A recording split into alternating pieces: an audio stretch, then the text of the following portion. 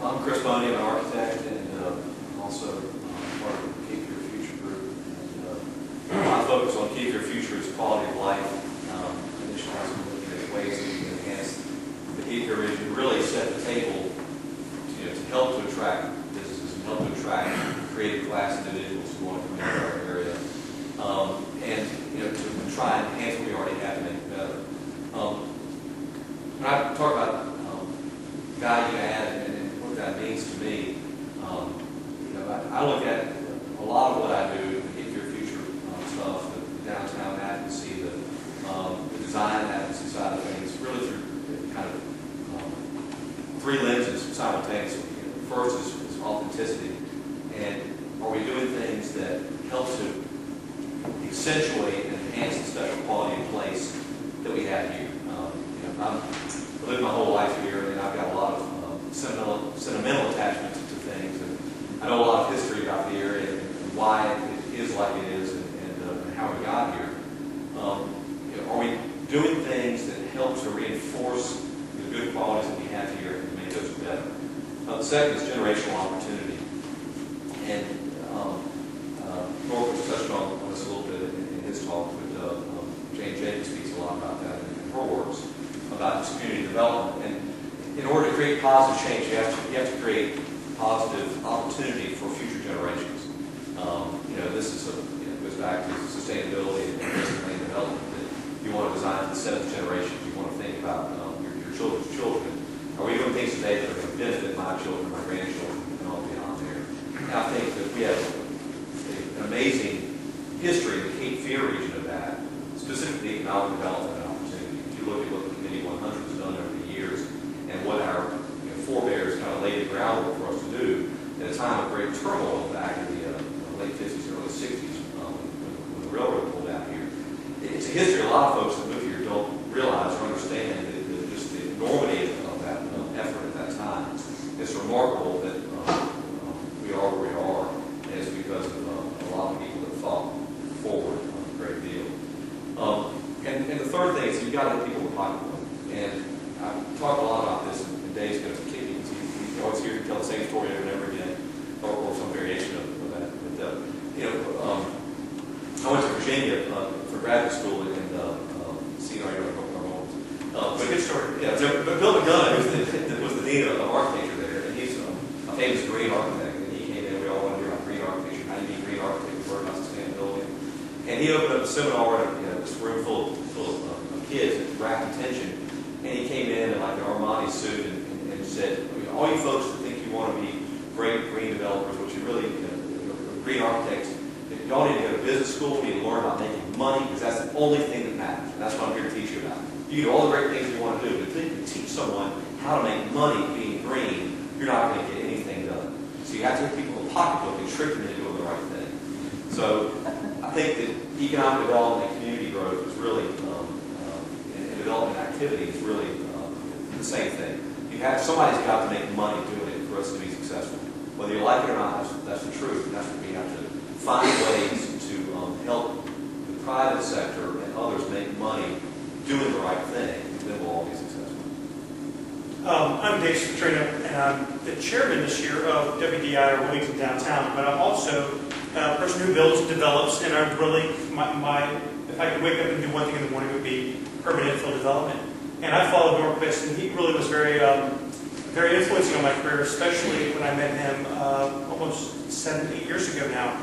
But when he made the comment about value, three things popped in my head. And those three things, I have had to balance among everything that you're looking at. And when someone says they want to add value to downtown and they want to do something, to me that means that that project will be great if it can do this. If it can contribute positively to the environment, contribute positively, whether that's not necessarily the wetlands or the things, but to the social, cultural pieces.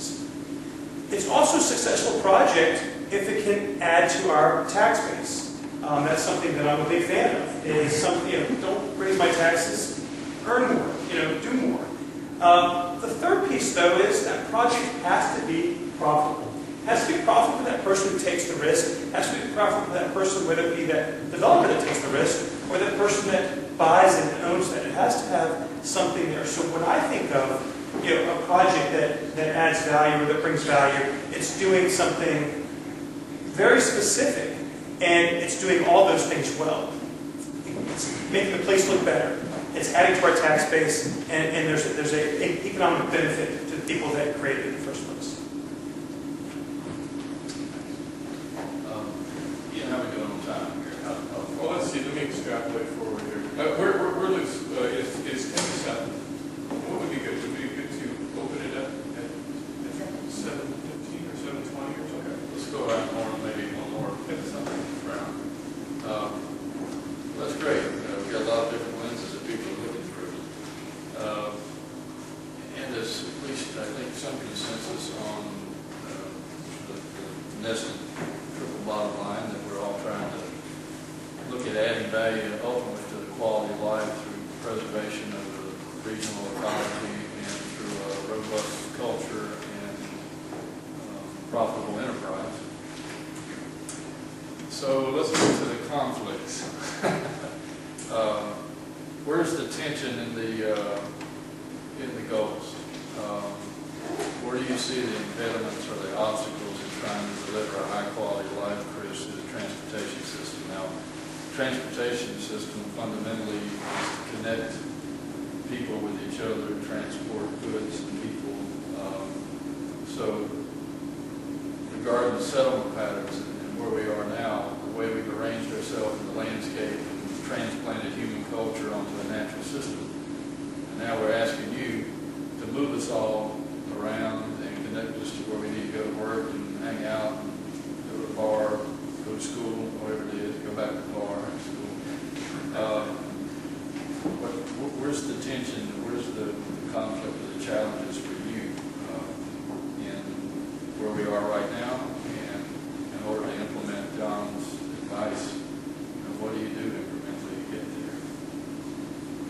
Transportation is a huge challenge, no question about it. It also was one of the issues that people in Wilmington seem galvanized about in their agreement that it's a problem, that perhaps we have too much congestion. Personally, I'm from Chicago, and I don't view congestion as quite the major problem. I think a lot of people do because I've seen a lot worse. But nonetheless, to reflect back on the comments I made earlier, is the congestion happening where you want to be, or is it happening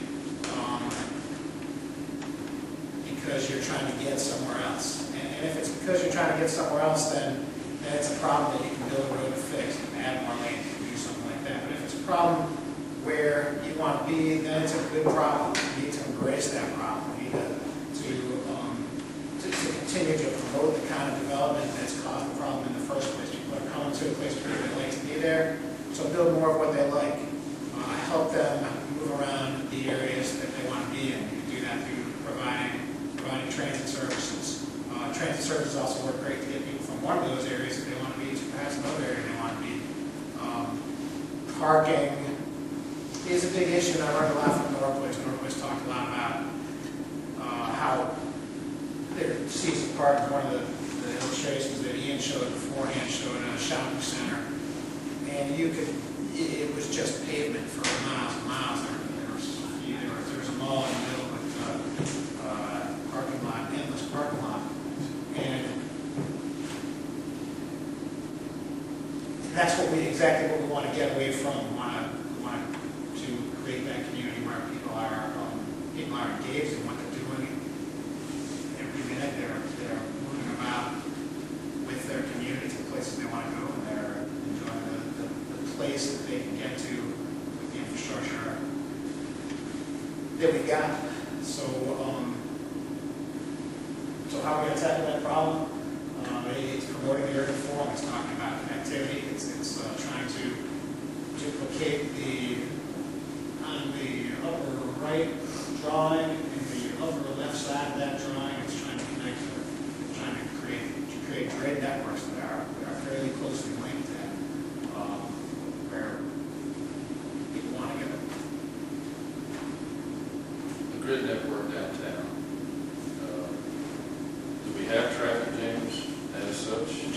compared to suburban arterials? I would say no, but again, I think it's a matter of perspective. I find a lot of people who say yes. That's a form that people want to recreate again and again. People love to go there. So, my opinion is no. I think most people would agree. That's what we're after. I'll jump in and skip the linear nature of that. That's all right. Sorry, Tracy. No, it's fine.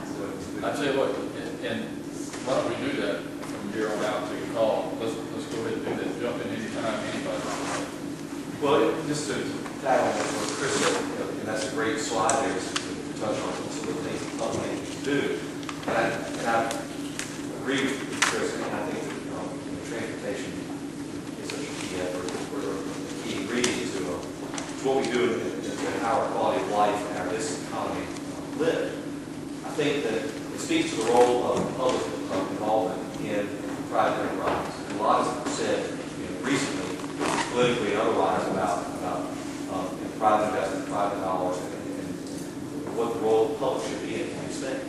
When you talk about transportation, big picture, forget about is it busy on College Road 5 o'clock on Friday, but look at what transportation can do, and look at 1990.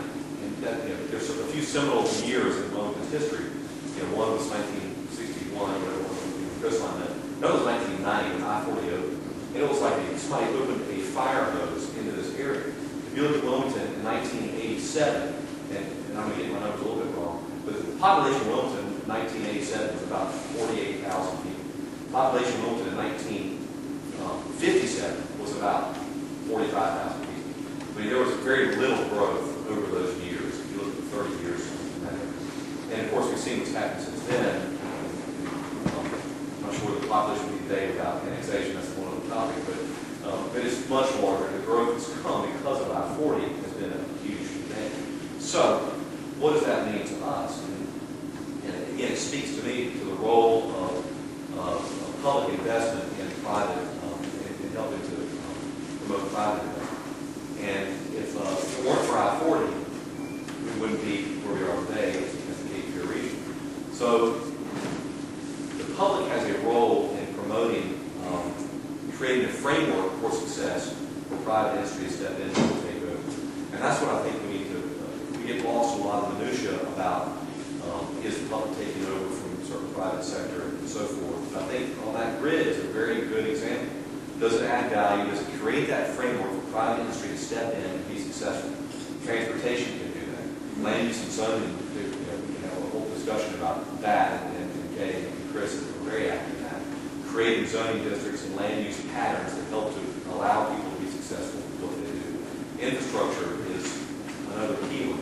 Just looking at the CFEDC, the problems that they've had getting infrastructure back up where it needs to be. And I know Rick's been very involved in that as that building. If you don't have the infrastructure, then a business can't come in here because it's just too difficult to build. If you have to upgrade a pump station 2 miles away in order to bring your business and relocate it to the Wilmington area, you might get a Charlotte to relocate that business. And that makes Billy's job just that much harder. So I'll stop right there, but I think it's all those things. The challenges are all those things. The public has a